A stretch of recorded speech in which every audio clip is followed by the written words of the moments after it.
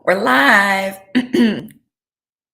Well. It's Wellness Wednesday. My voice is a little scratchy, but I'm going to keep this short and talk about some of the things that I've been writing about, posting on social media this week, and some information for May, because May is Mental Health Awareness Month. I am a licensed certified rehabilitation counselor. What does that mean? I'm a dual-sided counselor working with employers and individuals and working with my voice, excuse me, uh, and working with the whole person. And so I have taken a different path with my career and have become an expert at things like precision medicine, integrative health, population health. And so in those areas, and then working directly with uh, as a coach to individuals who are healing. And so this last week, I have posted about an article, a research article, stating that 95% of chronic mental and physical illnesses can be healed. And this is through the information of genetics and epigenetics and prevention. So I'm talking that prevention talk, but everything can heal except for very rare genetic scenarios. I would say like something such as cystic fibrosis is something that falls into that category.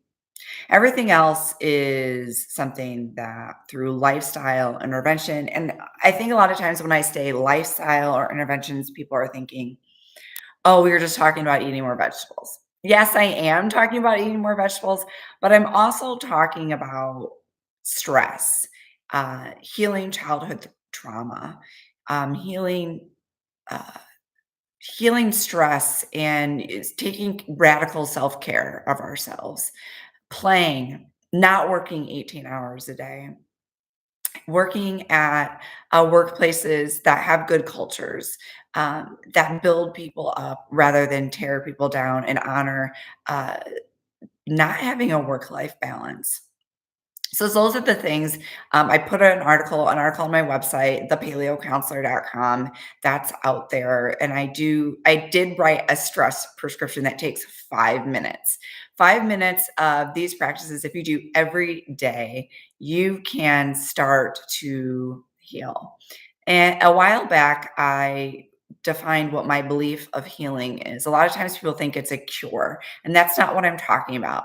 When I talk about healing, I'm talking about maybe you have a condition, but you operate as if that condition doesn't rule your life. And so that's what I'm saying when I'm talking about healing. I'm not talking about a cure. Healing lends itself to prevention. A lot of these things could be prevented in the first place. However, our society is not set up for that. We are set up for go, go, go, go, go. And that busyness and the hustle and the grind is what is honored. And this is really apparent in our workplaces.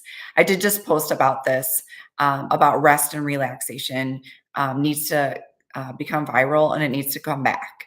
We need to make rest and relaxation exciting again. And workplaces need to really honor that because with that, humans weren't designed to just work all day and have no play. We were designed to take a step back and not be plugged in to electronics and the internet and listen to me, electronics, all day long, to go and play, to be in nature, to work on hobbies and things that are fulfilling. And so the more that you can do that, as a workplace, then the more that you can honor that for the people that work there, the more fulfilled and healthier they're actually gonna be, and research does support that. So I talked about, I have some notes over here that I'm taking a little glimpse at.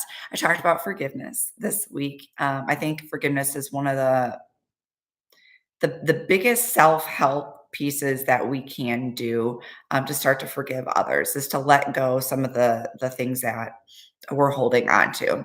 Here's why. Humans have evolved to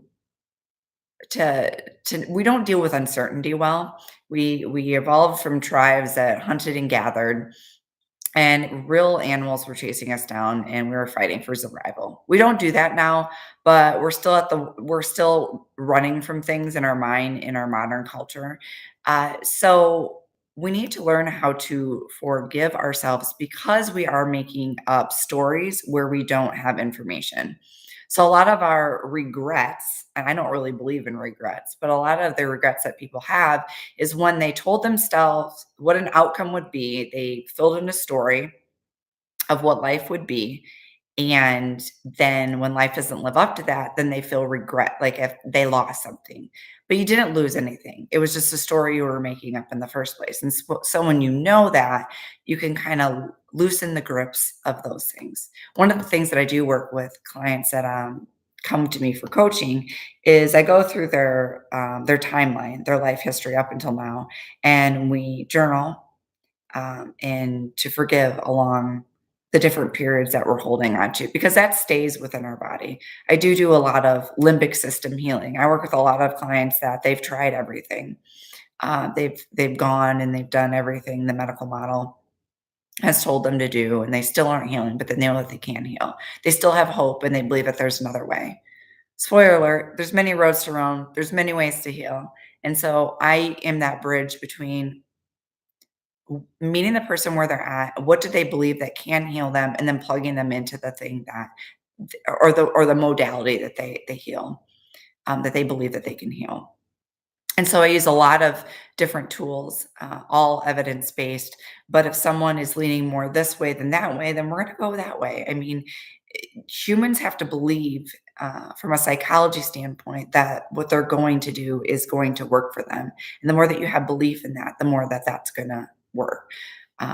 There are people genetically proposed to the placebo effect, and that's not a bad thing. It's actually a really, really good thing. To me, the placebo effect is the genetic component for hope. If hope had a genetic component, that would be it.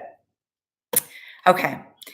So I do believe just as genes can get turned on, they can be turned off. I am the leading clinician in the country, if you can believe this, reporting live from a sweatsuit, right? Uh, with precision medicine, applying it to large populations, lowering cost, increasing outcomes for quality of life. I'm the first person that built the first case management system for physician and patient engagement because I know of this opportunity and I've seen it. And it's really, really amazing.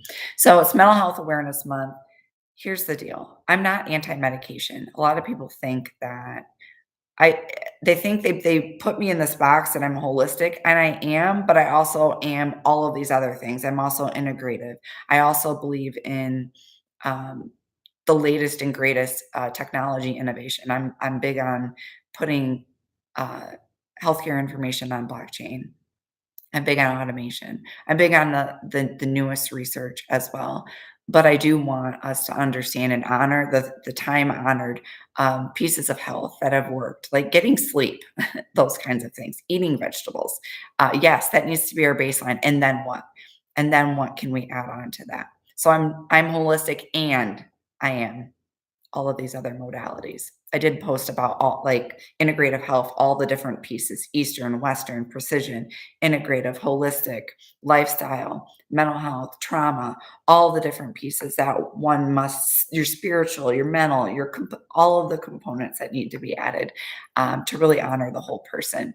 And that is, as a certified rehabilitation counselor, we are very holistic counselors. And that's really where my wheelhouse is. Okay. Da, da, da, da. So precision medicine, forgiveness, forgiving ourselves, forgiving others, and then my final post, I'm gonna keep this really short, I wanna keep these about 10 minutes, is about the hustle and the grind and to unsubscribe from that. A lot of workplace cultures are very toxic, and humans need to rest and relax, and so I posted about it takes radical courage to take a step back from busyness and take a step back and heal, and take a step back and process. Social media and the internet does a terrible job at that. We've never been more connected, which is great to share information, but it's not great to process the information. It's too much, it's hijacking our brains, and we don't really know what to do with all of the information. And so sometimes it's a less is more. Take a step back to take a step forward. That's the message that I'm putting out there today. I'm going to end this now. I'm going to keep doing these Wellness Wednesday videos. I did one on Facebook.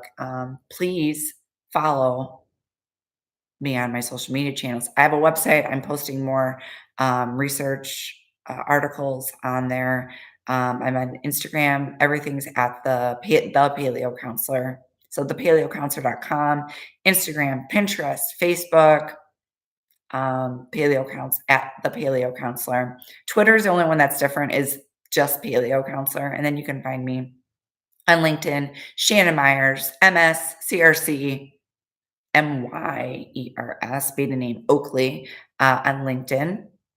And you can follow along with my career. It's kind of like a online version of my resume and keep up to date with what I'm doing there. I try to post things here and there. It's hard as a entrepreneur to put everything everywhere and to be everything for everyone. I'm trying to do the best that I can, but I also need to get work done.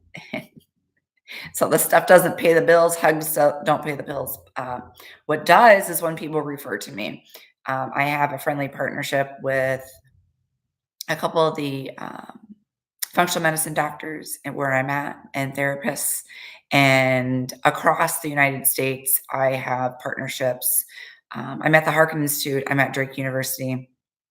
And then across the United States, I'm working with employers, researchers, healthcare systems, governments, to infuse different healing modalities to populations. There are other ways to heal outside the medical model, and once you've applied an intervention to a large population, then what else can you do? And that's where I'm a ninja at figuring out what else you can do with the data, with the research, in doing research to prove out some of these newer innovative strategies. The fact is, and I'm not discounting the medical model. I'm trying to wrap this up. I'm not discounting it. We need it. If I go and get a car crash today, I want to end up in an emergency room somewhere.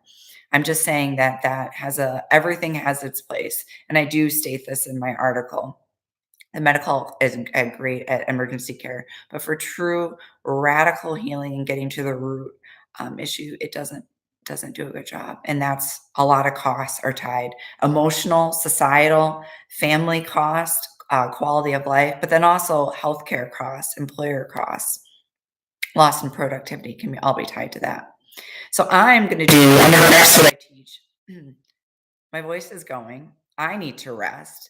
And I'm an entrepreneur, so I need to go, go, go, go, go. But I'm going to buck that and I'm going to rest today and relax, because that's what humans were designed to do. Okay, I'm going to leave you here. You guys have a great rest of your week. Thank you. Subscribe to my channel, share my information. You never know who needs to hear these messages that I'm putting out there. And we're all in this thing together. So the more that we can collaborate and connect and share and try to puzzle with creative solutions for the problems that we're noticing, the more that the society will heal. So you heal yourself, you heal the world. That's how this works. I'm gonna talk to you guys later. Bye-bye.